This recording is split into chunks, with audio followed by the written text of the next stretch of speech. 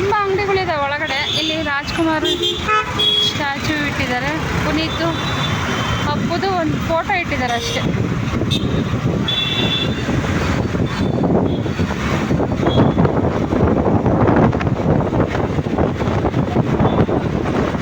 ಇದೇ ಮೆಜೆಸ್ಟಿಕ್ಕು.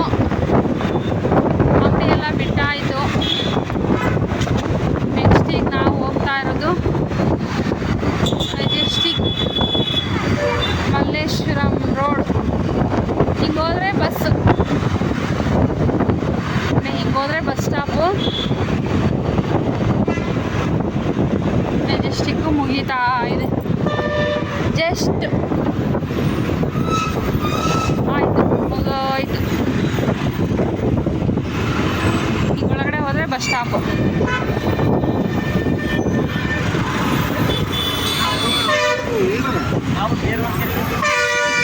ನೋಡಿ ಇದೆ BMTC bus stop. BMTC bus stop ಇದು.